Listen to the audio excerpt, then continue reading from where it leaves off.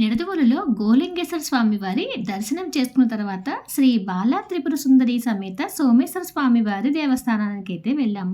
చాళుక్య వీరభద్రుని సమయంలో 108 విష్ణువాలయాలు, 108 వైష్ణవాలయాలు నిర్మించారట. ఆ విష్ణువాలయాల్లో ఈ దేవస్థానం కూడా ఒకటి. అతి పురాతనమైన ఈ దేవస్థానం దశాబ్ద కాలంగా శివ పంచాయతన క్షేత్రంగా విరాజిల్లుతున్నది.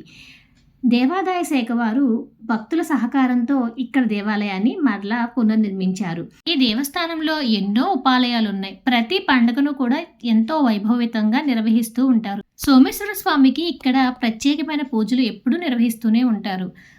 కార్తీక మాసం శివరాత్రితో పాటు ప్రతి నెల వచ్చే మాస శివరాత్రి, అలాగే త్రయోదశి నాడు నంది అభిషేకము, ఇలా ప్రత్యేకమైన పూజలు ఎప్పుడూ నిర్వహిస్తూనే ఉంటారు.